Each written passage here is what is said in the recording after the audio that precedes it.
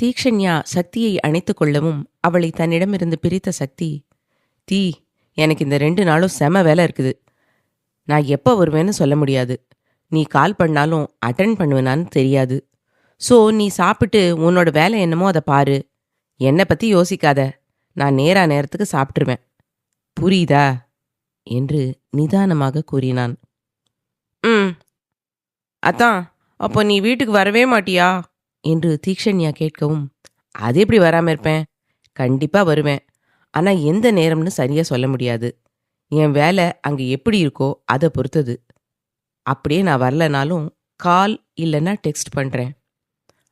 அப்போ உனக்கு தனியாக ரூமில் இருக்க பயமாக இருந்தா மாம் இல்லைன்னா வர்ஷா மேம் ரூமில் படுத்துக்கோ என்றான் சக்தி.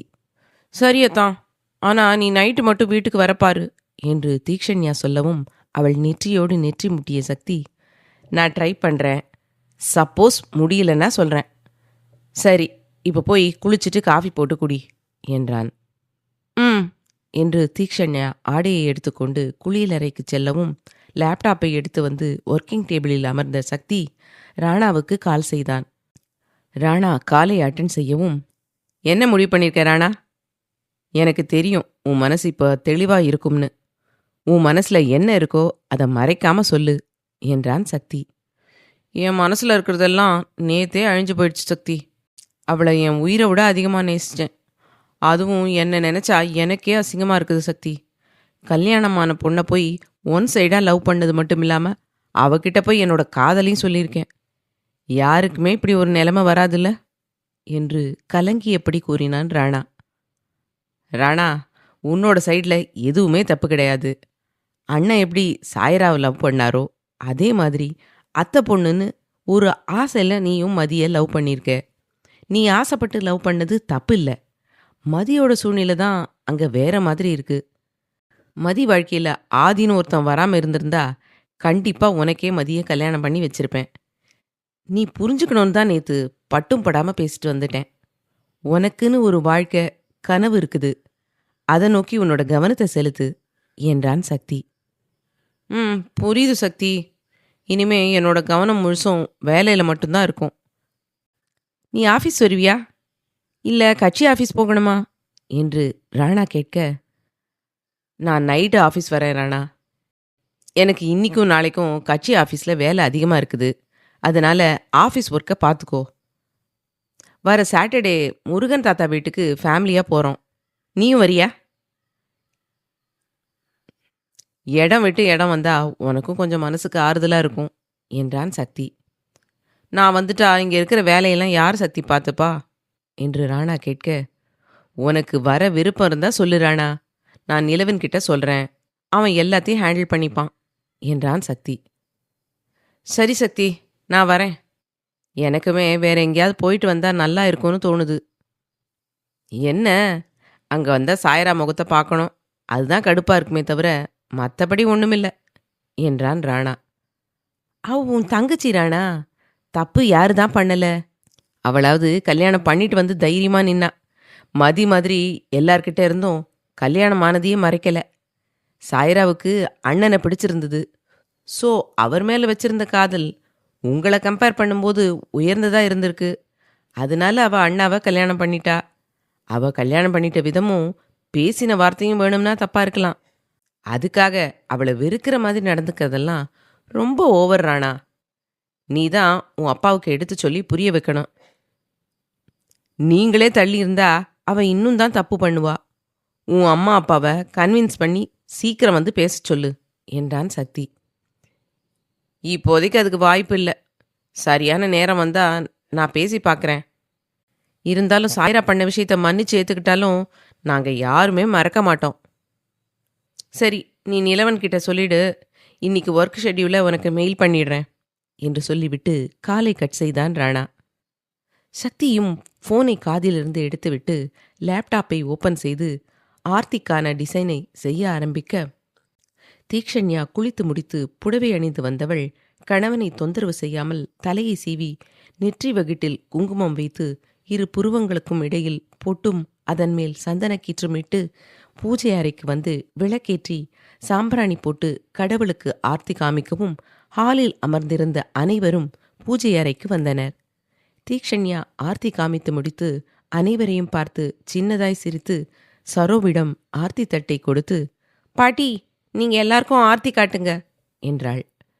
சரோ புன்னகையுடன் அதை வாங்கி அனைவருக்கும் ஆர்த்தி காட்டி முடித்து பின் அனைவரும் வந்து ஹால் சோஃபாவில் அமர, தீக்ஷி, உன் புருஷன்கிட்ட சொன்னியா என்று சரோ கேட்கவும், சொன்னேன் பாட்டி, ஓகே சொல்லிட்டாரு.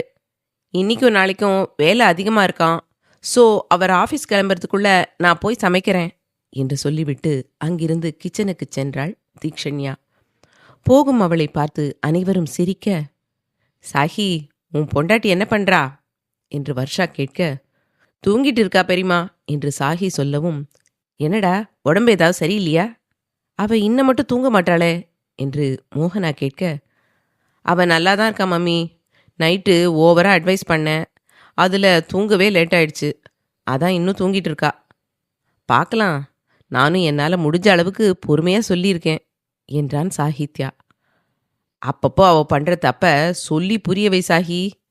நீ லவ் பண்ணும்போது அவளை உனக்கு பிடிச்சிருந்து தானே பண்ணின.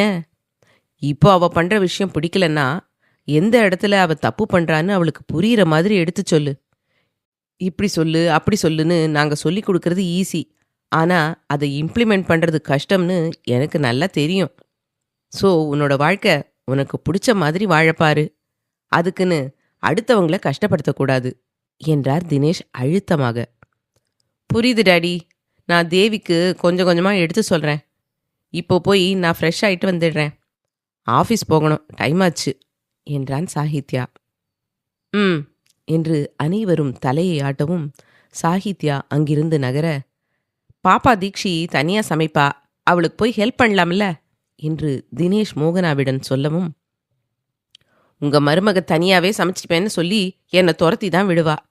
கூட இருந்து சின்ன ஹெல்ப் பண்ணினா கூட போய் ரெஸ்ட் எடுங்கன்னு சொல்லியே என்னை அனுப்பி வச்சிடுவா என்றார் மோகனா. மோகனா, என்ன இருந்தாலும் தீக்ஷி தனியாக எல்லாருக்கும் சமைக்கிறது கஷ்டம் என்ற மாயவன் மனைவியை முறைத்து பார்த்து, என்ன மித்தோ, நீயும் அமைதியாக இருக்க? இதெல்லாம் சொன்னாதான் செய்வீங்களா? போங்க, போய் அவளுக்கு ஹெல்ப் பண்ணுங்க என்றார் கோவமாக. வர்ஷா கணவனை கோவமாக பார்த்து, அது என்ன உங்க குட்டி பாப்பான்னா அவ்வளோ பாசமா? எத்தனை முறை நான், அகிலா, மோகனா 3 பேரும் தனியாக சமைச்சிருக்கோம். அப்பெல்லாம் இவ்வளவு அக்கறையா ஒரு வார்த்தை உங்க பொண்ணுக்கிட்ட அம்மாவுக்கு ஹெல்ப் பண்ணுங்கன்னு சொல்லியிருப்பீங்களா? நோ வே, எங்களால் போய் ஹெல்ப் பண்ண முடியாது. அவ்வளவு பாசம் இருந்தா நீங்க 3 பேர் சும்மா தானே இருக்கீங்க, போய் ஹெல்ப் பண்ணுங்க என்றார். அகிலா, மோகனா, சரோ மூவரும் சிரிக்க, அண்ணி, எங்களுக்கு சமையலை பற்றி ஒன்றுமே தெரியாது என்றார் அகில் பாவமாக. உங்களுக்கு தெரியலன்னா என்ன அகில், உங்கள் அண்ணனுங்க 2 பேருக்கும் நல்லா தெரியும். அவங்க சொல்லி தருவாங்க, கற்றுக்கோங்க என்றார் வர்ஷா நக்கலாக. என்னடி, பண்ண மாட்டோன்னு நினைக்கிறியா? நீங்கள் பண்ணலைன்னா என்ன, நாங்கள் 3 பேரும் குட்டி பாப்பாவுக்கு ஹெல்ப் பண்ணுவோம் என்று மாயவன் தம்பிகளை பார்த்து, தினேஷ், அகில், வாங்க நாம கிச்சனுக்கு போகலாம் என்று எழுந்தார். பாரு வர்ஷா என்று மோகனா வாயில் கை வைக்கவும் வர்ஷா, அகிலா இருவருமே அண்ணன் தம்பிகள் மூவரையும் ஆச்சரியமாக பார்க்க, என் பசங்களா இது என்று சரோவும் திகைப்பில் கேட்டார்.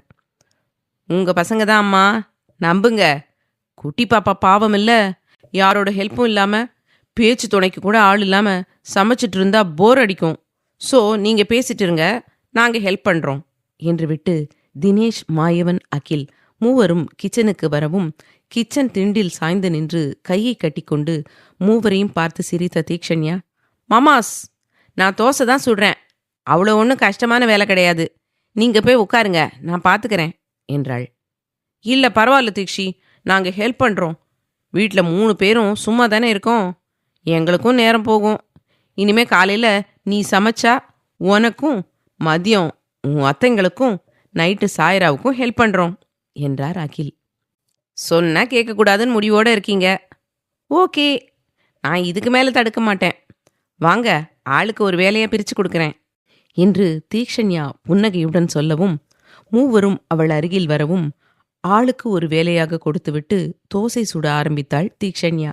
நால்வரும் கிச்சனில் சிரித்து பேசிக்கொண்டு வேலை செய்வதை ஹாலில் அமர்ந்திருந்த நால்வரும் பார்த்து, அத்தை, உங்க பசங்களை பாருங்க, இத்தனை வருஷமா சமைக்கிற எங்களை பார்த்தா மனுஷி மாதிரி தெரியல. அவ தனியா சமைக்கிறான்னு தெரிஞ்சதும் தெரியாத வேலையை கூட கத்துக்கிறேன்னு சொல்லி போயிட்டாங்க என்றார் அகிலா. ஏண்டி, உங்களுக்கு அவனுங்க ஹெல்ப் பண்ணலன்னு பொறாமையா இருக்குதா என்று சரோ நக்கலாக கேட்க, லைட்டா என்று மூவரும் கோரஸாக சொல்லவும் புன்னகைத்த சரோ, உங்களுக்கு ஒன்றுனாலும் அவனுங்க இப்படி தான் பண்ணியிருப்பானுங்க. மோகனா, நீ நல்லா யோசிச்சு பாரு. சாஹியா இல்ல சக்தி சண்மதியான்னு சரியா தெரியல, அவங்க வயிற்றுல இருந்தபோது உனக்காக பார்த்து பார்த்து சமைச்சு கொடுத்தான் தினேஷ். குழந்தைய சுமந்தது வேணும்னா நீயா இருக்கலாம், ஆனா உனக்கு வந்த சின்ன சின்ன மன கஷ்டம், வலி எல்லாத்தையும் அவனுக்கு வந்த மாதிரியே ஒவ்வொரு நொடியும் கூட இருந்து பொறுப்பா பார்த்துக்கிட்டான். அப்புறம் மாயவன் யார் வீட்டுக்கும் அவ்வளவு சீக்கிரம் போகவே மாட்டான். அப்படியாப்பட்டவனே உனக்காக, உன் ஆசைக்காக உன் வீட்டுக்கு வந்து தங்கினான் வர்ஷா.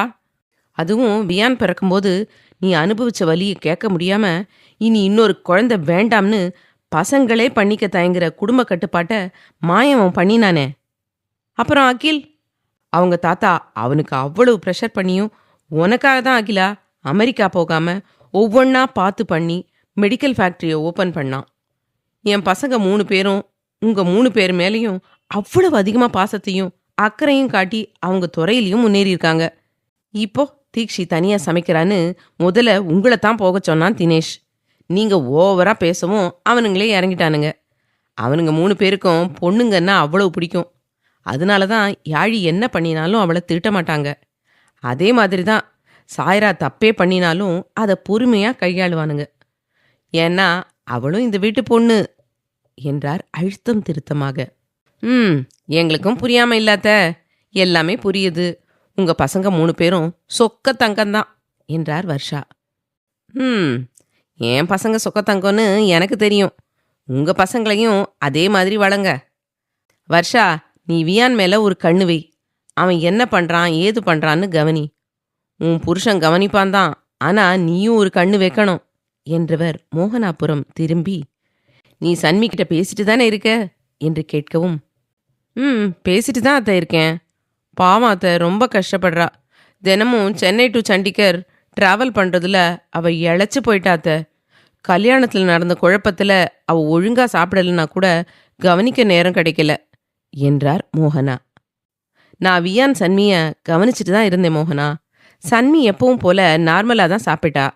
நீ சொல்கிற மாதிரி அவளுக்கு டிராவல் தான் செட் ஆகலை போல. அதுக்காக நாம் ஒன்றும் பண்ணவே முடியாது. அந்த நாடகம் முடிகிற வரைக்கும் அவளுக்கு இப்படி தான் அலைச்சலாக இருக்கும் என்றார் சரோ. அதுவும் சரிதான் அத்தை. நாளைக்கு இல்லைன்னா நாளை மறுநாள் நானும் மாமாவும் அவளை போய் பார்த்துட்டு வரணும் என்று மோகனா சொல்லவும், தாராளமாக போய் பார்த்துட்டு வாங்க என்றார் சரோ. அத்தை என்று மோகனா புன்னகைக்க, அத்தை யாழிக்கு ஏதாவது வரம் வந்துச்சா என்று அகிலா கேட்க, உன் அப்பா ஏதோ வரம் பார்த்து வச்சிருக்கிறதா எனக்கு ஃபோன் பண்ணி சொன்னார் அகிலா. நானும் நேரில் பார்த்து பேசிக்கலாம்னு சொல்லி அந்த பேச்சை அதோட நிறுத்திட்டேன். சேலம் போனாதான் அண்ணன்கிட்ட பேசணும் என்றார் சரோ. அப்படியா?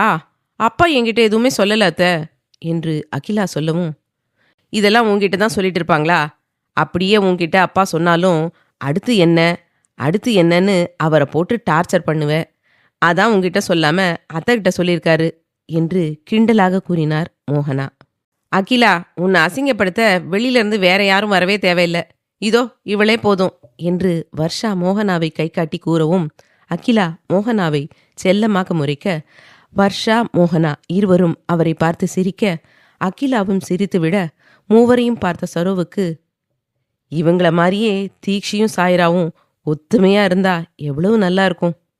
எல்லா சூழ்நிலையிலையும் ஒரு தோழியா, சகோதரியா, கேர்டேக்கரா, ஒருத்தருக்கு ஒருத்தர் துணையா இருந்தா அவங்கள அடிச்சுக்க யாருமே இல்லை என்று மனதிலேயே நினைத்து கொண்டார். அத்தியாயம் 117. சன்மி, பொறுமையா எழுந்துரு. இப்படி படுத்துட்டே இருந்தேன்னா படுத்துட்டு தான் இருக்க தோணும். எழுந்து உட்காந்து இந்த கஞ்சியை மட்டும் குடி என்றாள் பார்வதி. இல்லை பாரு, எனக்கு எதுவும் வேண்டாம். என்னால் முடியல. இப்போ அப்பா அம்மா கூட இருந்தா நல்லா இருக்கும்னு தோணுது. நான் சென்னை கிளம்பவா என்று சன்மதி கேட்க, எது இந்த காய்ச்சலை வச்சுட்டு சென்னை கிளம்புவியா? உனக்கு என்ன பைத்தியமா சன்மி? பேசாம படு, நான் வந்துடுறேன் என்று கோபமாக கத்திவிட்டு போனை எடுத்துக்கொண்டு வெளியில் வந்த பார்வதி மோகனாவிற்கு கால் செய்தாள். இங்கு சரோவிடம் பேசிக்கொண்டிருந்த மோகனா ஃபோன் ரிங்காகவும் ஃபோனை எடுத்து காலை அட்டன் செய்தவர், ஹலோ பாரு, எப்படிம்மா இருக்க என்று புன்னகையுடன் கேட்டார். நான் நல்லா இருக்கேன் ஆண்டி.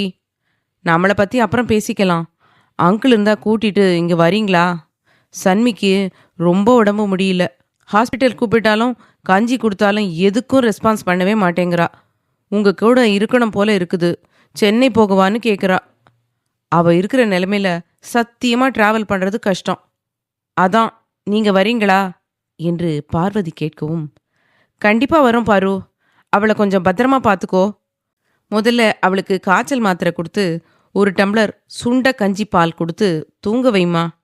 நான் வீட்டில் சொல்லிட்டு அவங்க அப்பாவை கூட்டிகிட்டு வரேன் என்று சொல்லிவிட்டு கால் கட் செய்த மோகனா சரு, வர்ஷா, அகிலா மூவரையும் பார்த்து, சன்மிக்கு ரொம்ப உடம்பு முடியலையாம்.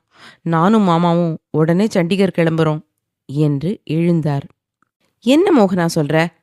அதைத்தான் பார்வதி ஃபோன் பண்ணி சொன்னாளா என்று வர்ஷா கேட்க, ஆமாம் வர்ஷா, சன்மி எப்படி இருக்கான்னு தெரியல. அங்கே போய் பார்த்தாதான் எப்படி இருக்கான்னு பார்க்க முடியும். ரொம்ப முடியலனா தான் அவள் அவங்க அப்பா கூட இருக்கணும்னு நினைப்பா. இன்னைக்கு என்னையும் கேட்டிருக்கான்னா ரொம்ப ரொம்ப முடியல போல என்றார் கவலையாக. சரி சரி, பேசிட்டு இருக்காம மாமாவை கூட்டிட்டு கிளம்பு மோகனா என்று அகிலா அவசரப்படுத்தவும், ஆமாம் மோகனா, முதல்ல அவனை கூட்டிட்டு கிளம்பு என்று சரோவும் சொல்ல, தினேஷ், மாயவன், அகில், தீக்ஷண்யா நால்வரும் அவர்கள் பேசியதை கேட்டு பதறியபடி ஓடி வந்து, பாப்பா சன்மிக்கு என்னாச்சு என்று தினேஷும், என் செல்லத்துக்கு காய்ச்சலா என்று மாயவனும் கேட்க, அகில், தீக்ஷண்யா இருவரும் மோகனாவையே பார்க்க, மாமா, சின்ன மாமா, உங்க பொண்ணுக்கு காய்ச்சல் வந்து படுத்திருக்கா போல. என்னையும் மாமாவையும் பார்க்கணும்னு பாருக்கிட்ட சொல்லியிருக்கா. நாங்க சீக்கிரம் கிளம்பவா என்று மோகனா கேட்க, தாராளமாக போயிட்டு வாங்க மோகனா. சன்மிக்கு ரொம்ப முடியலன்னா மட்டும்தான் வீட்டு ஞாபகம் வரும் என்று மாயவன் பதட்டமாக சொல்லவும், மாமா, நீங்க எதுக்கு பதறீங்க? அவளுக்கு நார்மலா வர ஜுரமா தான் இருக்கும் என்று அவர் கையை பிடித்து அகிலா ஆறுதல் படுத்த, வர்ஷாவும் சன்மியை நினைத்து கவலை கொண்டார். அண்ணா, அண்ணி, நீங்களும் எங்க கூட வரீங்களா? சாட்டர்டே முருகன் மாமா வீட்டுக்கு போகணும். அதனால அகிலா, அகில், அம்மா 3 பேரும் இங்கே இருந்து எல்லாத்தையும் எடுத்து வைக்கட்டும். நாம சன்மியை போய் பார்த்துக்கலாம். அவளுக்கு ரொம்ப முடியலன்னா அவளையும் சேலம் கூட்டிட்டு வந்துடலாம் என்றார் தினேஷ். வரோம் தினேஷ் என்று வர்ஷா வேகமாக சொல்லவும், மாயவனும் தலையை ஆட்ட, அடுத்த சில நிமிடங்களில் அனைவரிடமும் சொல்லிவிட்டு நால்வரும் ஜெட்டில் செல்லவும், சக்தி, சாகித்யா, யாழி மூவருக்கும் அப்போதே தீக்ஷண்யாவின் மூலமாக விஷயம் தெரிய வர மூவரும் ஹாலுக்கு வரவும், அகிலா, அகில், சரோ மூவரும் வீட்டுக்குள் நுழைந்தனர். பாட்டி, மதிக்கு என்னாச்சு என்று சக்தி நிதானமாக கேட்க, 2 நாளைக்கு முன்னாடி கூட நல்லதானே பாட்டி இருந்தா, திடீர்னு காய்ச்சல் வந்திருக்குது. இதுக்கு தான் தினமும் டிராவல் பண்ணக்கூடாதுன்னு சொல்றது.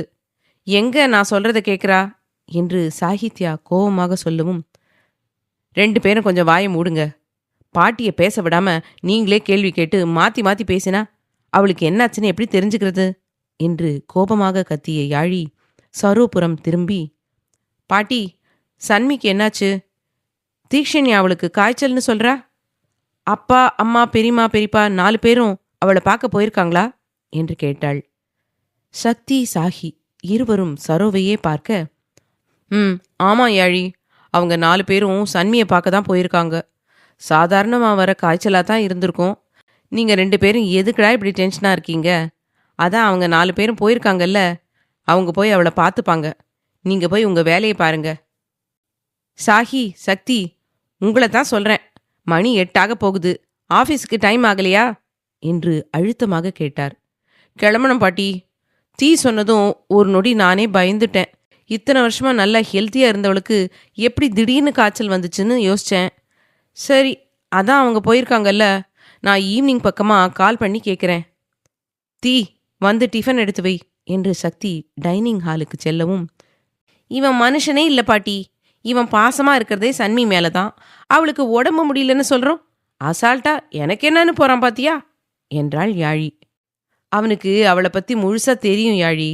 உன் அப்பா, பெரியப்பா 2 பேரும் ஒன்றா இருந்தாவே சன்மியை நல்லா பார்த்துப்பாங்க. அவளுக்கு வயிறு வலியாக இருந்தாலும் சரி, உடம்பு முடியலனாலும் சரி, அவளோட பெஸ்ட் தெரப்பி மாத்திரை மருந்து வலி நிவாரணி எல்லாமே அவங்க 2 பேரும் தான் என்றார் சரோ. சரியா சொன்னீங்கம்மா என்று அகில் புன்னகையுடன் சொல்லவும், தீக்ஷி, உன் புருஷன் உன்னை முறைக்கிறான், சீக்கிரம் போய் அவனுக்கு டிஃபன் எடுத்து வை என்றார் அகிலா.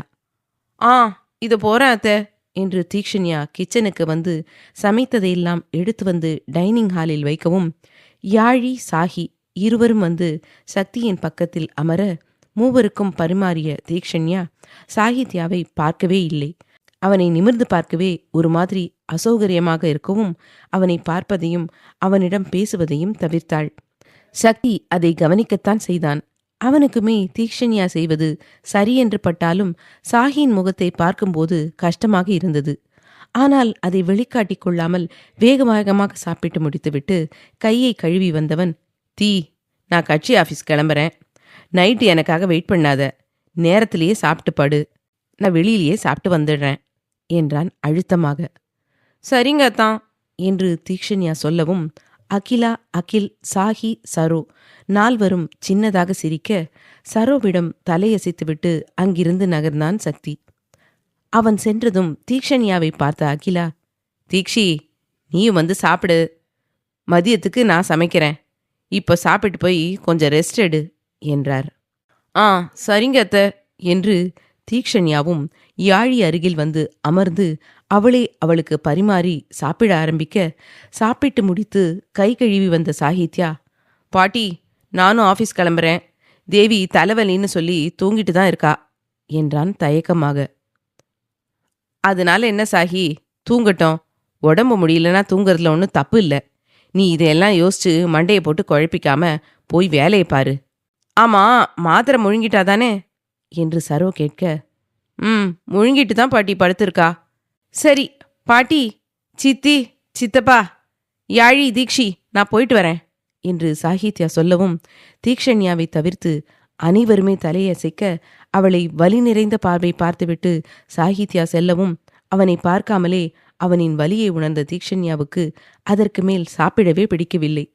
பட்டென சாப்பிடாமல் எழுந்து கொள்ளவும் அவள் கையை பிடித்த அகில், தீக்ஷி, அவனுக்கும் உனக்கும் நடக்கிற பனிப்போர் எப்போ முடியும்னு எங்களுக்கு தெரியாது. அவன் உன்னை ஏக்கமாக பார்க்கறதும் பதிலுக்கு நீ அவனை அவாய்ட் பண்ணுறதும் தினமும் நடக்கிற ஒன்று தான். அந்த விஷயத்தில் நான் தலையிடவும் மாட்டேன். அதுக்காக நீ சாப்பிடாம எழுந்து போகிறது சரி கிடையாது. நாங்கள் வீட்டில் இருக்கோம்னு எங்களை நம்பித்தான் உன்னை எங்ககிட்ட விட்டுட்டு உன் புருஷன் தைரியமாக வேலைக்கு போயிருக்கான். இப்போ சாப்பிடாம எழுந்து போய் அவனோட அந்த நம்பிக்கையை உடைச்சிடாத. அதுவும் அண்ணனும் அண்ணியும் வீட்டில் இல்லாத சமயத்தில் நீ இப்படி பண்ணேன்னா நல்லா இருக்காது என்றார் நிதானமாக. மாமா, எனக்கு பசியே இல்லை, போதும் என்று தீக்ஷண்யா சொல்லவும், உட்காந்து சாப்பிடு தீக்ஷி, எங்களுக்கு தெரியாதா நீ எவ்வளவு சாப்பிடுவேன்னு? எதுக்கு இப்படி அடமா நிற்கிற? அப்படி இருக்கிறவ சாகிக்கிட்ட பேச வேண்டிதானே? அவன் உன்னை அவனுக்கு பிறந்த பொண்ணாதானே நினைக்கிறான். உன் அப்பா மேலே கோபம் இருந்தாலும் வருத்தம் இருந்தாலும் அதையெல்லாம் மறந்துட்டு அடுத்த நிமிஷம் போய் பேசுவல்ல. நீ சாகியும் அப்படி நினைச்சிருந்தா அவனையும் மன்னிச்சிருப்ப என்றார் அகிலா. தீக்ஷண்யா கலங்கிய கண்களுடன் தலை குனிந்து நிற்க, அம்மா அப்பா அவளை சாப்பிட வைப்பீங்கன்னு பார்த்தா அழ வைக்கிறீங்க. நீங்க 2 பேரும் எதுவும் பேசாதீங்க என்று யாழி தீக்ஷண்யாவின் கையை பிடித்து, தீக்ஷி, அவங்க கிடக்குறாங்க, நீ உட்காந்து சாப்பிடு என்று சொல்லவும் தலையை ஆட்டிவிட்டு அமர்ந்த தீக்ஷண்யா உள்ளே போக மாட்டேன் என்று அடம் பிடித்த அந்த தோசையை குச்சியை வைத்து தள்ளாத குறையாக சாப்பிட்டு முடிக்கவும் சரோ அவளை கவலையாக பார்த்தார். சன்மி, இந்த பாலையாவது குடிடி, உங்க அம்மா அப்பா வராங்களாம். நான் இப்பதான் பேசிட்டு வந்தேன். இப்படி படுத்துட்டே இருந்தேன்னா உன்னால எழுந்து கூட உட்கார முடியாது. ஃபைட் பண்ணிடி, எழுந்துரு என்றாள் பார்வதி. முடியல பாரு, அப்பா வந்ததும் நான் எழுந்துக்கிறேன், ப்ளீஸ் டிஸ்டர்ப் பண்ணாத என்று போர்வையை இறுக்கமாக பிடித்தபடி முனகலாக கூறினாள் சன்மி. என்ன சொன்னாலும் கேட்கவே மாட்டேன்னு பண்ற, உன்கிட்ட என்னால் என்னத்தை பேச முடியும் என்று சலித்து கொண்டு எழுந்து கிச்சனுக்கு வந்து சுடு தண்ணீர் காய வைத்து எடுத்து வந்து அதில் காட்டன் துணியை போட்டு நனைத்து அவள் போர்த்தியிருந்த போர்வையை விலக்கி பத்து போட்டு விடவும் ஜுரத்தின் தாக்கத்தில் நடுங்கினாள் சன்மி. அவள் நெற்றியை தொட்டு பார்த்த பார்வதி அவளை கவலையாக பார்த்து, சன்மி, டெம்பரேச்சர் கொஞ்சம் கூட குறையவே இல்லடி, மெல்லமா எழுந்துக்கிறியா? நான் ஆட்டோ கூட்டிட்டு வரேன், ஹாஸ்பிட்டல் போலாண்டி என்றாள் அவள் கழுத்தை தொட்டு பார்த்து. என்னால் முடியல பாரு, அப்பா வரட்டும், அவர் எங்க இருக்காருன்னு கால் பண்ணி கேளேன் என்று சன்மதி அனத்தியபடி சொல்லவும், ஏண்டி என் உயிரை வாங்குற? இன்னைக்கு டாக்டர் ஸ்ட்ரைக் வேற. எந்த டாக்டரும் வீட்டுக்கு வரமாட்டாங்க. இல்லைன்னா கூட வீட்டுக்கே வர சொல்லியிருப்பேன் என்று புலம்பியபடி ஃபோனை எடுத்து தினேஷுக்கு கால் செய்யவும், மறுபுறம் எந்த பதிலும் வராததால், சன்மி, உங்க அப்பாவுக்கு கால் போகல, ஐ திங்க் வந்துட்டு இருப்பாருன்னு நினைக்கிறேன் என்றாள். சன்மதி அமைதியாக இருக்கவும், சரி, நீ அனத்தாம படுடி, நான் உன்னை கேள்வி கேட்டு டிஸ்டர்ப் பண்ணல என்று அறையின் ஜன்னல் கதவை சாத்திவிட்டு ஹாலுக்கு வந்து அமர்ந்து மதிய உணவை சமைக்க தயாரிக்க ரெடி செய்து கொண்டிருக்க, அடுத்த 3 மணி நேரத்தில் மோகனா, தினேஷ், மாயவன், வர்ஷா 4 வீட்டிற்கு வந்து சேர்ந்தனர்.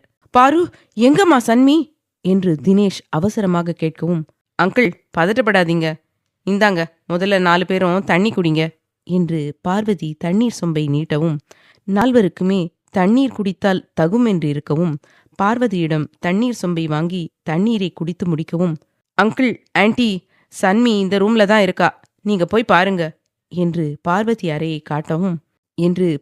அறையை கை காட்டவும், பட்டென 4 அந்த அறைக்குள் நுழையவும், அறையே கப்பென்று இருக்க நடுங்கியபடி பெட்டில் படுத்து அனத்திக் கொண்டிருந்தாள் சன்மதி.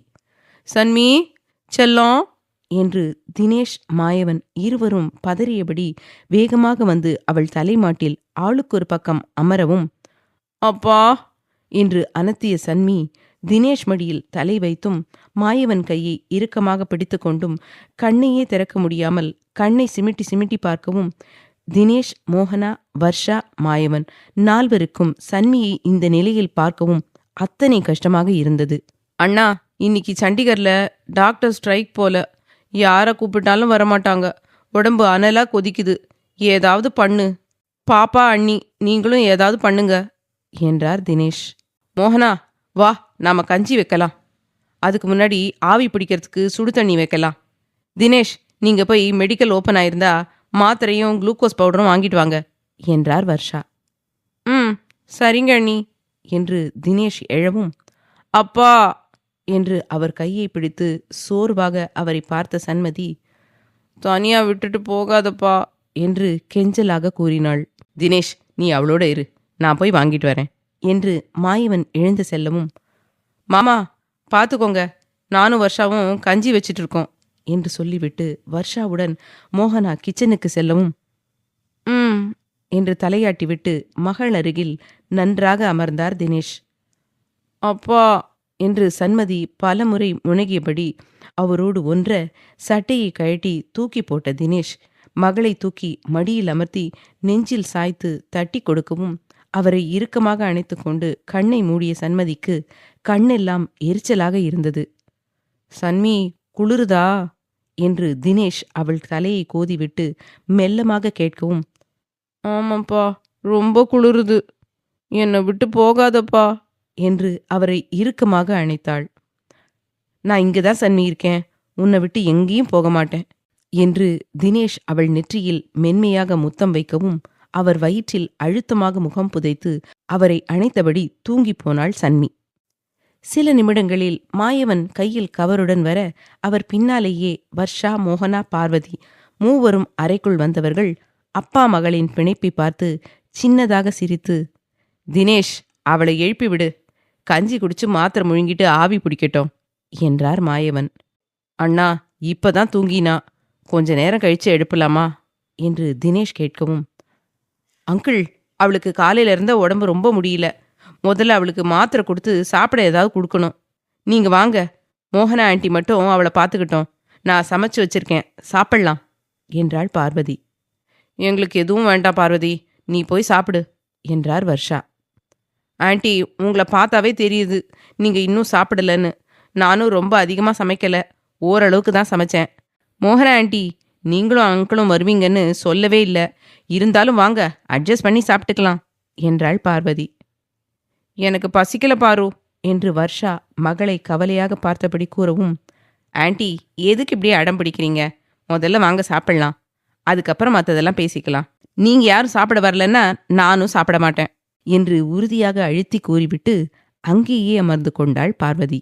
மாமா, சின்ன மாமா, வர்ஷா, அவ தான் அவ்வளவு தூரம் கூப்பிடுறாள்ல, போங்க போய் சாப்பிட்டு வாங்க, நான் சன்மதியை பார்த்துக்கிறேன் என்று மோகனா சொல்லவும், ம் என்று தலையசைத்து தினேஷ் சட்டையை எடுத்து போட்டுக்கொண்டு மாயவன் வர்ஷாவுடன் செல்ல அவர்கள் பின்னாலேயே பார்வதியும் சென்றாள். சன்மி, சன்மி, எழுந்திரு தங்கம். இப்படி நோஞ்சா மாதிரி படுத்துட்டு இருந்தா காய்ச்சல் குறையாது, இன்னும் தான் அதிகமாகும். இன்னைக்கு ஈவினிங் ஷூட் எப்படியோ நீ போக முடியாது.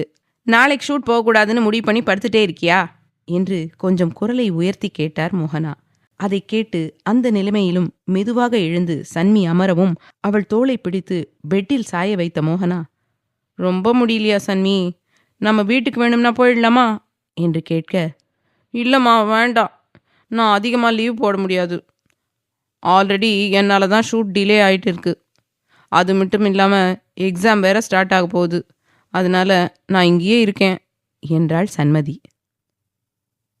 உடம்புக்கு சுத்தமாக முடியலனாலும் உன் அப்பனை மாதிரி இந்த வைராகியம் மட்டும் உடம்புல அதிகமாக இருக்குது என்றவர் ஒரு கிளாஸை எடுத்து அதில் தண்ணீர் ஊற்றி குளுக்கோஸை கலந்து, இந்தா இதை குடி, கொஞ்சம் பெட்டராக ஃபீல் பண்ணுவேன் என்றார்.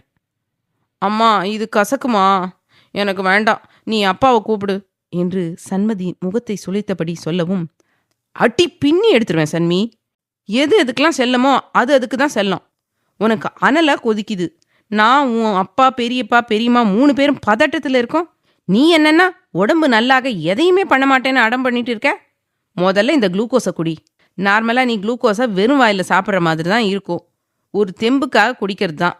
கண்ணை மூடிட்டு படக்குன்னு குடிச்சிடு, ஒன்றுமே தெரியாது என்று மோகனா அவளின் கையை மென்மையாக பிடித்தபடி கூறினார். ம் சரிம்மா என்று சன்மி கண்ணை இறுக்கமாக மூடிக்கொண்டு குளுக்கோஸை குடித்து முடித்து கிளாஸை பக்கத்தில் டப் என்று வைத்து, என்னம்மா நார்மலாக இருக்குன்னு சொன்ன இப்படி கசக்குது என்று முகத்தை சுழித்து பெட்டில் தலையை சாய்த்தாள் சன்மதி. கசக்காது சன்மி, நீ காலையிலேருந்து எதுவுமே சாப்பிடாம இருந்துட்டு காய்ச்சலோடையே குளுக்கோஸை குடிக்கவும் உனக்கு அப்படி தெரிஞ்சிருக்குது என்ற மோகனா அவள் கையில் மாத்திரையை கொடுத்து, இந்தா இதை முழுங்கு, நான் கஞ்சி ஊட்டி விடுறேன் என்றார். அம்மா வெஜிடபிள் கஞ்சி தானே என்று கேட்டபடி மோகனா கையில் இருந்த மாத்திரையை வாங்கி முழுங்கினாள் சன்மதி. ம் ஆமாம் சன்மி என்று மோகனா கஞ்சியை எடுத்து அவளுக்கு கொஞ்சம் கொஞ்சமாக ஊட்டவும் 2-3 வாய் வாங்கி குடித்த பின்பு கொஞ்சம் பெட்டராக ஃபீல் செய்த சன்மி, அம்மா இப்போ எனக்கு ஒரு மாதிரி நல்லா இருக்குது, தொட்டு பாருங்க காய்ச்சல் அடிக்குதான்னு என்றாள். முழுசா கஞ்சியை குடிச்சு முடி சன்மி. மேக்சிமம் சாப்பிட்டாவே உனக்கு பாதி ஃபீவர் குறைஞ்சிருக்கும். நீ தான் அடமா சாப்பிடாமையே இருந்த என்றார் மோகனா அவளுக்கு ஊட்டி விட்டபடியே. சாரிம்மா என்று சன்மி கவலையாக சொல்லவும் அவளுக்கு முழுதாக ஊட்டிவிட்டு செல்லமாக அவள் தலையை கலைத்து விட்ட மோகனா, இதுக்கெல்லாம் போய் சாரி சொல்லலாமா, அதுவும் என்கிட்ட? பேசாம படுத்து ரெஸ்ட் எடு என்று அவள் வாயை துடைத்துவிட்டு சுடு தண்ணீர் கொடுத்து படுக்க வைத்தவர் போர்வையை எடுத்து அவள் கழுத்து வரை போர்த்திவிட்டு, சன்மி உடம்புல வேர்வையெல்லாம் வந்தாவே உடம்பு பாதி சரியான மாதிரி. ஆவி பிடிச்சா வேர்வையெல்லாம் வந்துடும். ஆனால் எல்லாம் ஒட்டுக்கா பண்ண வேண்டாம். அதனால ஒரு 2 மணி நேரமாவது தூங்கு. தூங்கி எழுந்ததும் மந்தமாவே இருந்தா ஆவி பிடிக்கலாம் என்றார் மோகனா. சரிங்கம்மா என்று சன்மி கண்ணை மூடவும் மோகனா சின்னதாக சிரித்துவிட்டு ஹாலுக்கு வர, பாரு திடீர்னு எப்படி சன்மிக்கு இப்படி காய்ச்சல் வந்தது?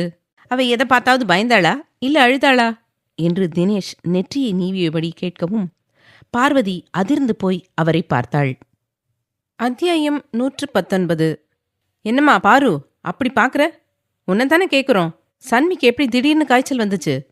எதையாவது பார்த்து பயந்துட்டாளா இல்லை ரொம்ப ஸ்ட்ரெஸ்ஸாக ஃபீல் பண்ணாளா என்று தினேஷ் பார்வதியை அழுத்தமாக பார்த்து கேட்டாலும் அவள் அதிர்ந்த முகத்தை பார்த்து ஏதோ இருக்கிறது என்பதை புரிந்து கொண்டார். அங்கிள் அப்படிலாம் ஒன்றுமில்ல. தினமும் சண்டிகர் டு சென்னை ட்ராவல் பண்ணுறால, அதான் ரொம்ப ஸ்ட்ரெஸ்ஸாக இருந்தா, அதனால கூட காய்ச்சல் வந்திருக்கும் என்று பார்வதி திக்கி திணறி சொல்லவும் மாயவன் தினேஷ் இருவருக்குமே பார்வதி எதையோ மறைக்கிறாள் என்பது புரிந்தது. அண்ணன் தம்பி இருவரும் ஒருவரையொருவர் பார்த்து கொள்ள மாயவன் கண்ணசைக்கவும் பார்வதியை பார்த்த தினேஷ், சரிம்மா, வியான் ரீசண்டா எப்போவாது வந்தானா என்று கேட்க, இல்லை அங்கிள், இந்த 2 நாளில் வியான் அண்ணா வரல. அன்னைக்கு சன்மியை விட்டுட்டு போனதுதான் என்றாள் பார்வதி. மாமா எதுக்கு அவளை இத்தனை கேள்வி கேட்குறீங்க என்று மோகனா கேட்கவும், ஆமாம் தினேஷ், எதுக்கு அவளை இப்படி உட்கார வச்சு கேள்வி கேட்டுட்டு இருக்கீங்க? பாருங்க, முகமெல்லாம் வேர்த்து போய் பயந்துட்டு உட்கார்ந்துருக்கா என்று வர்ஷா பார்வதிபுரம் திரும்பி, பாரு, நீதான் சாப்பிடலன்னு சொன்னேல்ல, வா நாம சாப்பிடலாம் என்று அவள் கையை பிடித்து அழைத்து செல்லவும் மோகனாவும் அவர்கள் பின்னாலேயே செல்ல, அண்ணா, ஏதோ சரியில்லை, சன்மிக்கு இங்கே ஏதோ பிரச்சனை இருக்குன்னு எனக்கு தோணுது என்றார் தினேஷ். எனக்கும் அப்படிதான் தினேஷ் தோணுது. அவளை பாதுகாக்க தான் கார்ட்ஸ் இருக்காங்க. அவங்கள தாண்டி சன்மியை ஒன்றுமே பண்ண முடியாது. பிரச்சனை ஒன்று அவ மனசுக்குள்ள இருக்கணும், இல்லைன்னா என்று நிறுத்தினார் மாயவன். என்னண்ணா, எதுக்கு நிறுத்திட்ட, என்னன்னு சொல்லு என்று தினேஷ் கேட்க, சன்மியை யாராவது லவ் பண்ணி அவங்களால என்று மாயவன் சொல்லும்போதே தினேஷின் முகம் இறுகி கையை முறுக்கி ருத்ரமூர்த்தியாக மாறி மாயவனை பார்த்து, அண்ணா, அப்படிலாம் இன்னொரு முறை பேசாத, நம்ம பொண்ணு என்னைக்கும் நம்மளை தலை குனிய வைக்க மாட்டா என்றார் கோபமாக. நான் கெஸ்ல தான் தினேஷ் சொல்கிறேன். நம்ம பொண்ணு அப்படி பண்ண மாட்டான்னு எனக்கும் நம்பிக்கை இருக்குது. ஆனால் காலமும் சூழ்நிலையும் பொண்ணுங்க மனசை ஈஸியாக மாற்றிடும். அதுவும் சன்மி இருக்கிற துறையை பற்றி சொல்லவே தேவையில்லை என்று மாயவன் சொல்லவும், அது எப்படியாப்பட்ட துறையாக இருந்தாலும் கண்டிப்பாக நம்ம பொண்ணு நம்மளை ஏமாற்ற மாட்டான்னா. அப்படியே அவள் யாரையாவது பண்ணினாலும் நம்மகிட்ட சொல்லிடுவா என்றார் தினேஷ். எனக்கும் புரியுது தினேஷ். சன்வி ஆழி மாதிரி தான் நாம் சன்மியையும் வளர்த்துருக்கோம். ஆனால் சன்மியோட முகத்தை பார்க்கும்போது ஏனோ தெரியாமல் தப்பாக தான் யோசிக்க தோணுது. சரி, இதை பற்றி நாம் இங்கே பேச வேண்டாம். நான் விசாரிக்க சொல்கிறேன். வீட்டுக்கு போய் பேசிக்கலாம். நீ பாட்டுக்கு முகத்தை இப்படி உன் பையனை மாதிரி வச்சுட்டு சுத்தாத. மோகனா பார்த்தானா ஏதாவது நோண்டி நோண்டி கேட்பா என்றார் மாயவன். சரி அண்ணா என்று தினேஷ் முகத்தை நார்மலாக வைத்து கொண்டு சொல்ல, மாயவன், தினேஷா, மாயவன், தினேஷ், வாங்க சாப்பிடலாம் என்று வர்ஷா அழைக்கவும், ஆ வரோம் அண்ணி என்ற தினேஷ், அண்ணா வா போலாம் என்று இருவரும் டைனிங் ஹாலுக்கு வந்து அமரவும் அனைவரும் ஒன்றாக அமர்ந்து சாப்பிட்டனர். சாப்பிட முடித்துவிட்டு அனைவரும் சன்மி அறையிலேயே சத்தம் வராமல் வந்து அமர்ந்திருக்கும் மாலை 6 மணியைப் போல எழுந்தாள் சன்மதி. சன்மி, இப்ப பரவாயில்லையா என்று வேகமாக அவள் அருகில் வந்து நெற்றி கழுத்தை தொட்டு பார்த்தார் தினேஷ். அவரை பார்த்து புன்னகைத்த சன்மதி, இப்போ நான் பெட்டரா ஃபீல் பண்ணுறேன். தேங்க்ஸ்பா, எனக்காக அங்கே இருக்கிற வேலையெல்லாம் விட்டுட்டு வந்ததுக்கு என்று அவரை அணைத்து கொண்டாள். அங்கே எங்களுக்கு எந்த வேலையும் இல்லை சன்மி. அப்படி வேலையே இருந்தாலும் அது உன்னை விட முக்கியம் கிடையாது என்றார் மாயவன் அழுத்தமாக. சன்மதி அவரை பார்த்து சின்னதாக சிரிக்க, சன்மி, சாப்பாடு எடுத்துட்டு வருவா? நீ காலையிலேருந்து சாப்பிடவே இல்லைன்னு பாரு சொன்னா. கொஞ்சமாக சாப்பிட்றியா என்று வர்ஷா கேட்க, வர்ஷா, இட்லி தோசை ஏதாவது சுட்டு கொடுக்கலாமா? இப்போதான் காய்ச்சல் விட்டுருக்குது. திருப்பி சாப்பாடு கொடுத்து காய்ச்சல் வந்துட்டா என்ன பண்ணுறது என்று மோகனா கேட்கவும், நீ சொல்கிறதும் சரிதான். ஆனால் இப்போ மாவுக்கு எங்கே போகிறது என்று வர்ஷா கேட்க, ஆண்டி, இங்கே பக்கத்தில் மாவு விற்பாங்க, நான் போய் மாவு வாங்கிட்டு வரேன். நீங்கள் சூப்பராக குருமா வைப்பீங்கன்னு சன்மி அடிக்கடி சொல்லுவா.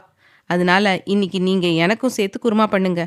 நாம் எல்லாரும் ஒட்டுக்கா உட்காந்து சாப்பிடலாம் என்றார் பார்வதி. நல்ல ஐடியா என்று மாயவன் சிரிக்க, சூப்பர் ஐடியா தான்.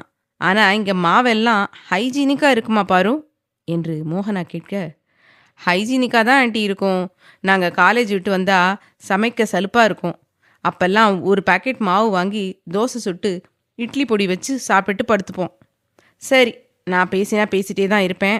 அதனால நான் போய் மாவு வாங்கிட்டு வந்துடுறேன் என்று சொல்லிவிட்டு பார்வதி அங்கிருந்து செல்லவும், வெகுளியான பொண்ணா இருக்கா இல்ல மித்து என்றார் மாயவன். ஆமாம் மாயவன், ரொம்ப ரொம்ப வெகுளி. அவ பேசும்போது சின்னதாக கூட சுயநலம் இருக்காது. கிராமத்திலேருந்து வந்த பொண்ணு இல்லை, அதான் இன்னும் அப்படியே இருக்கா என்றார் வர்ஷா. என்று மாயவன் தலையை ஆட்டவும், சின்ன மாமா, அத்தை ஃபோன் பண்ணாங்களா என்று மோகனா கேட்க, மதியம் பண்ணாங்க மோகனா. சன்மி எப்படி இருக்கான்னு கேட்டாங்க. மாத்திரை கொடுத்துருக்கோம், தூங்கிட்டு இருக்கான்னு சொன்னேன். இப்போ இன்னும் ஃபோன் பண்ணலை என்றார் மாயவன். ஓ என்று மோகனா தலையசைக்க, அம்மா, அப்பா, பெரியப்பா, பெரியம்மா, நீங்கள் வீட்டுக்கு போகலையா? நாளை மறுநாள் முருகன் தாத்தா வீட்டுக்கு எல்லாரும் கிளம்புறோம்னு யாழி அக்கா சொல்லிட்டு இருந்தாங்க என்று சன்மி கேட்க, நாங்கள் நாளைக்கு ஈவினிங் இல்லைன்னா மார்னிங் போகிறோம் சன்மி. இங்கே வரும்போதே அகில் கிட்ட சொல்லிட்டு தான் வந்தோம். அங்கே போக தேவையானதெல்லாம் எடுத்து வச்சிடுவாங்க. போன உடனே ரெஸ்ட் எடுத்துட்டு சேலம் கிளம்புற வேலை தான் என்றார் தினேஷ். மாமா, சன்மியையும் கூட்டிட்டு போலாமா என்று மோகனா கேட்க, இல்லை பாப்பா, அவளுக்கு எக்ஸாம் இருக்கு. இந்த டைமில் அவள் லீவ் போட முடியாது. கண்டிப்பாக அந்த எக்ஸாம்ஸ் நல்லா பண்ணினா மட்டும்தான் அடுத்து இன்டர்ன்ஷிப் அனுப்புவாங்க. இந்த ஒரு வருஷம் கஷ்டப்பட்டுட்டா போதும். அதுக்கப்புறம் நாம் எங்கே போனாலும் சன்மியை கூட்டிட்டு போகலாம் என்றார் தினேஷ். என்ன மாமா என்று மோகனா சலித்து கொள்ள, அப்பா சொல்கிறது சரிதான் அம்மா. என்னால் இப்போதைக்கு எங்கேயும் வர முடியாது. முக்கியமாக அனாவசியமாக லீவ் போடவே முடியாது. ஏற்கனவே இன்னைக்கு லீவ் போட்டுட்டேன். 2 நாளாக ஷூட்டிங்கும் போல. என்னால் அவங்களோட ஒர்க்கு பாதியில் நிற்குது. என்னால் ஒருத்தர் கஷ்டப்பட வேண்டாம். என் வேலையை நான் முடிச்சுட்டு ஃப்ரீ ஆனதுக்கப்புறம் நான் கண்டிப்பாக உங்களோட டைம் ஸ்பெண்ட் பண்ணுறேன் என்றாள் சன்மி. நீ எங்கள் கூட பொறுமையாக டைம் ஸ்பெண்ட் பண்ணலாம். முதல்ல உடம்ப நல்லா பார்த்துக்கோ சன்மி. இத்தனை வருஷத்தில் இந்த அளவுக்கு ஹையாக உனக்கு காய்ச்சல் வந்ததே இல்லை. ஆனால் இன்னைக்கு அப்படி உடம்பு குதிக்குது. உன் பக்கத்தில் வரும்போதே அந்த சூட்டை என்னால் உணர முடிஞ்சுது. வேலை வேலைன்னு ஓடாத. வாரத்தில் 3 நாளைக்கு மட்டும் ஷூட்டிங் போ. மீதி 4 நாளைக்கு வீட்டில் இரு. இந்த 1 மந்த் மட்டும் கொஞ்சம் ரெஸ்ட் எடு. அதுக்கப்புறம் எப்பவும் போல உன் வேலையை பாரு என்றார் வர்ஷா. நான் டைரக்டர்கிட்ட பேசி பார்க்குறேன் பெரியமா என்று சன்மதி சொல்லவும் அனைவரும் புன்னகைக்க, பார்வதி மாவு பாக்கெட்டுடன் வந்தாள். வர்ஷா மாவை வாங்கி கொண்டு மோகனாவுடன் கிச்சனுக்கு செல்லவும் மற்றவர்கள் சன்மி அருகில் அமர்ந்து கொண்டனர். ஆபீஸிலிருந்து இரவு 1:30 மணிக்கு வீட்டுக்கு வந்தான் சக்தி. தீக்ஷண்யா அவனுக்காக ஹாலிலேயே காத்திருக்கவும், தீ, இன்னும் தூங்கலையா நீ என்று சக்தி கேட்க, ஓடி வந்து அவனை இறுக்கமாக அணைத்து கொண்டு அழுதாள் தீக்ஷண்யா. என்னாச்சுடி என்று சக்தி அவள் தலையை கோதியபடி கேட்க, அவன் கழுத்துக்கடியில் முகம் புதைத்த தீக்ஷண்யா, பயமா இருக்குதாத்தான், என்னால் ரூம்ல தனியா இருக்க முடியல என்று அழுதாள். அவளை தூக்கி கொண்டு அறைக்கு வந்த சக்தி சோஃபாவில் உட்கார வைத்து அவள் முன்பு முட்டி போட்டு அமர்ந்தவன், நிஜமாவே பயமாத்தான் இருந்துச்சா இல்ல சாய்ரா ஏதாவது சொன்னாளா என்று அழுத்தமாக கேட்டான். இல்ல அத்தான், அவங்க எதுவும் சொல்லல. நீ இல்லைன்னு தான் எனக்கு பயமா இருந்துச்சு என்று திக்கியபடி கூறினாள் தீக்ஷண்யா. சரி, அதுக்கே எப்படி திக்கி திக்கி பேசுற என்று சக்தி கேட்கவும் அவனை பாவமாக பார்த்தாள் தீக்ஷண்யா. நான் என்ன தீ உன்கிட்ட சொல்லிட்டு போனேன்? நான் வரதுக்கு நேரமாகும், ஒன்று நம்ம ரூமில் தூங்கு, இல்லைன்னா வர்ஷா அகிலா மாம் ரூமில் போய் படுத்துக்கோன்னு தானே சொன்னேன் என்று நிதானமாக கேட்டான் சக்தி. எனக்கு அங்கே போய் படுக்க பிடிக்கலத்தான். எப்படி உன் பொண்டாட்டியை அடுத்தவங்க ரூமில் போய் படுன்னு சொல்கிற? நம்ம ரூமில் யாராவது வந்து படுக்க நாம் அனுமதிப்போமா என்று தீக்ஷண்யா கேட்க, நாமளும் அவங்களும் ஒன்னாடி. சரி விடு, உனக்கு அங்கே படுக்க தான் விருப்பம் இல்லை, பாட்டி கூட போய் படுக்க வேண்டியதானே என்று சக்தி அழுத்தமாக கேட்க, அவன் சட்டை பட்டனை திருகிய தீக்ஷண்யா, அது இல்லாதான் எனக்கு உண்மையாக யார் கூடவும் படுக்க தோணலை. நீ இல்லாமல் இந்த வீட்டில் இருக்கவே ஒரு மாதிரி இருக்கு என்றாள் பாவமாக. என்னாடி புதுசு புதுசாக பேசுகிற? என்ன மைண்ட் செட்டில் தான் இருக்கேன்னு என்னால் புரிஞ்சிக்கவே முடியல. நான் தெளிவாக சொல்லிட்டேன், என்னால் எந்த டைமுக்கு வருவேன் போவேன்னு சொல்ல முடியாது என்று அழுத்தம் திருத்தமாக கூறினான் சக்தி. அத்தான், நைட்டு என்னை விட்டுட்டு நீ எங்கேயும் போகக்கூடாது, அது மட்டும்தான் எனக்கு தேவை. மற்றபடி நீ காலையிலேருந்து ஈவினிங் வர எந்த ஆஃபீஸை வேணும்னாலும் கட்டுப்பிடிச்சு அழுவு. தூங்கும்போது நான் உன் பக்கத்தில் தான் இருக்கணும், அது மட்டும்தான் எனக்கு தேவை என்றாள் தீக்ஷண்யா. என்ன புது ரூல்ஸ் போடுற? பிராக்டிக்கல் பொண்டாட்டி மாதிரி நடந்துக்கிறியா தீ என்று சக்தி கேட்கவும் தலையை இடவலமாக ஆட்டிய தீக்ஷண்யா, மினிஸ்டர் பொண்டாட்டியாக நடந்துக்க நினைக்கிறேன் என்றாள் திமிராக. ஓ என்று அவளை பார்த்து நக்கலாக சிரித்து எழுந்து நின்ற சக்தி, இந்த சக்திக்கே உன்னால சரியான பொண்டாட்டியா இருக்க முடியாதுடி, இதுல மினிஸ்டர் சக்தி தேவுக்கு பொண்டாட்டியா நடந்துக்கலான்னு நினைக்கிறியா என்று கேட்டான். ஆமாத்தான், நான் முடிவு பண்ணிட்டேன். இனிமே உன்னோட எல்லா முகத்தையும் பார்க்கணும். எல்லா முகமும் உன்னை பற்றின எல்லா உண்மையும் எனக்கு கொஞ்சம் கொஞ்சமாக தெரியணும். அது நீங்களா சொன்னாலும் சரி, இல்லை நானா கண்டுபிடிப்பேன் என்று திமிராக கூறினாள் தீக்ஷண்யா. என்னை பற்றின எப்படி ஒரு இதை கூட உன்னால் கண்டுபிடிக்க முடியாதுடி என்று முடியை தொட்டு காட்டி எகத்தாளமாக கூறினான் சக்தி. கண்டுபிடிச்சு காட்டினா என்ன பண்ணுவாத்தான் என்று தீக்ஷண்யா நிதானமாக கேட்கவும், என்னை பற்றின ரகசியம் அவ்வளவா இல்லை தீ. எனக்கு தெரிஞ்சு நீ தெரிஞ்சுக்க வேண்டிய ரகசியம் ஒன்று தான் இருக்குது. உன்னால் முடிஞ்சா அதை கண்டுபிடிச்சு காட்டு என்றான் திமிராக. இந்த 3 மாசத்துல கண்டுபிடிக்கிறேன் தான். இது நான் உங்களுக்கு பண்ணுற சேலஞ்ச் என்று சவால் விட்டாள் தீக்ஷண்யா. எனக்கும் இந்த போட்டி போடுறது, சவாலில் வின் பண்ணுறதெல்லாம் பண்ணி ரொம்ப நாள் ஆச்சு. நானும் உன்னோட சவாலை அக்செப்ட் பண்ணிக்கிறேன் தீ என்று அழுத்தமாக கூறினான் சக்தி. தீக்ஷண்யா சிரிக்க, என்னடி சிரிப்பு, போடி போய் காஃபி கொண்டு வா, நான் குளிச்சுட்டு வரேன் என்று சக்தி துண்டை எடுத்துக்கொண்டு குளியலறைக்கு செல்லவும், சரியான ஈகோ திமிரு பிடிச்சவர் அத்தான் நீ. பொண்டாட்டிக்கிட்டே உன் திமிரையும் ஈகோவையும் காட்டுறல்ல. திருப்பி நான் காட்டினா நம்ம வாழ்க்கை டைவர்ஸில் தான் போய் முடியும். ஆனால் நான் அப்படிலாம் பண்ண மாட்டேன். யாருக்காக இல்லைனா கூட உனக்காக விட்டு கொடுத்து போகிறேன். கண்டிப்பாக நீ மறைக்கிற ரகசியத்தை கண்டுபிடிப்பேன் என்று மனதில் நினைத்து கொண்டவள் கிச்சனுக்கு வந்து காஃபி போட்டு எடுத்துக்கொண்டு அறைக்கு வரவும் சக்தி விஸ்கியை குடித்து கொண்டு இருந்தான். அத்தான் என்று தீக்ஷண்யா பல்லை கடிக்க, தீ டோன்ட் டீச் வித் மீ. இன்னைக்கு செம்ம ஒர்க் ப்ரெஷர். குடிக்கக்கூடாதுன்னு நினைச்சாலும் குடிக்காம இருக்க முடியல என்று சொல்லியபடி சக்தி பால்கனிக்கு செல்ல, அவன் பின்னாலேயே வந்த தீக்ஷண்யா, அப்ப எதுக்குடா என்ன காஃபி போட்டு கொண்டு வர சொன்ன என்று கோபமாக கேட்டாள். என்னடி மரியாதை தேயுது என்று அவளை கோபமாக பார்த்து சக்தி கேட்கவும், நீ எப்பெல்லாம் குடிக்கிறியோ அப்பெல்லாம் உனக்கு மரியாதை கொடுக்க முடியாது, கொடுக்கணும்னு எதிர்பார்க்கவும் பார்க்காத என்று அழுத்தமாக கூறினாள் தீக்ஷண்யா. கண்ணாடி கிளாஸை டீப்பாயில் வைத்துவிட்டு அவள் கையில் இருந்த காஃபி கப்பையும் வாங்கி வைத்த சக்தி அவள் இடுப்பை பிடித்து தன்னோடு சேர்த்து அணைத்தவன், என்ன மரியாதை இல்லாம கூப்பிட்ட நானும் இப்படிதான் நடந்துப்பேன் என்று சொல்லியபடி அவள் காதில் மூச்சுக்காற்றை உரச மென்மையாக முத்தம் வைத்து கடிக்கவும், அவன் தாடி மீசை குத்த அவனின் மூச்சுக்காற்று அவள் காதினுள் சென்று ஒரு பிரளயத்தையே ஏற்படுத்த ஆம்கட் பனியனை இறுக்கி பிடித்த தீக்ஷண்யா, அத்தான் என்று திக்கி திணறி அழைத்தாள். இப்ப மட்டும் எப்படி மரியாதையா கூப்பிடுற என்று சக்தி அவள் இடுப்பை மறைத்திருந்த புடவையை விலக்கிவிட்டு அவள் வெற்றிடையில் கையை வைத்து அழுத்தவும், கரண்ட் ஷாக் அடித்தது போல துடித்து போன தீக்ஷண்யா அவன் முதுகைச் சுற்றி கையை போட்டு அவன் கழுத்துக்கடியில் முகம் புதைத்து மூச்சு வாங்கியபடி நின்றாள். நடு இரவில் நிலவின் வெளிச்சத்தில் இருவரும் அணைத்து கொண்டு நிற்பதை பார்க்க அத்தனை அழகாக இருக்கவும் மனைவியை மேலும் இருக்க அணைத்த சக்தி, சாய்ரா என்ன சொன்னா தீ என்று அவள் இடுப்பை தடவி அவளை மயங்க வைத்தபடி கேட்டான். உனக்குள்ள நிறைய ரகசியம் இருக்குதான் தான், நீ அதையெல்லாம் என்கிட்ட இருந்து மறைக்கிறியான். அந்த ரகசியமெல்லாம் எனக்கு தெரிஞ்சா நான் உன்னை விட்டுட்டு போயிடுவனாம் என்று அவனின் கை இடுப்பில் செய்த மாயாஜாலத்தில் அனைத்தும் உளறிவிட்டாள் தீக்ஷண்யா. அவளை தூக்கி கொண்டு அறைக்கு வந்து கட்டிலில் கிடத்திய சக்தி அவள் அருகில் படுத்துக்கொண்டு அவளையே அழுத்தமாக பார்த்தான். அவன் பார்வையில் சுயநினைவு வந்த தீக்ஷண்யா சில நிமிடங்களுக்கு முன்னால் நடந்ததை யோசித்து பார்த்து அவனை பார்க்கவே முடியாமல் தலையை குறிந்து கொண்டு, அத்தான் என்று நிதானமாக அழைத்தாள். ஸோ சாய்ரா சொன்னான்னு என்கிட்ட சவால் விட்டுருக்க, அப்போ அவ சொன்னதை நீ நம்புற அப்படித்தானே என்று சக்தி அழுத்தமாக கேட்கவும், இல்லத்தான், நான் அவங்க சொன்னதை நம்பலை, ஆனால் தெரிஞ்சுக்கணும்னு நினைக்கிறேன் என்றாள் தீக்ஷண்யா. தெரிஞ்சுக்கணும்னு நினைக்கிறவ எதுக்கடி என்கிட்ட வந்து சாய்ரா சொன்ன விஷயத்த சொன்ன? நான் கேட்டேன், இல்லை கேட்காம இருந்திருந்தா கூட நீ மறைச்சதை பெருசாக எடுத்துக்க மாட்டேன்.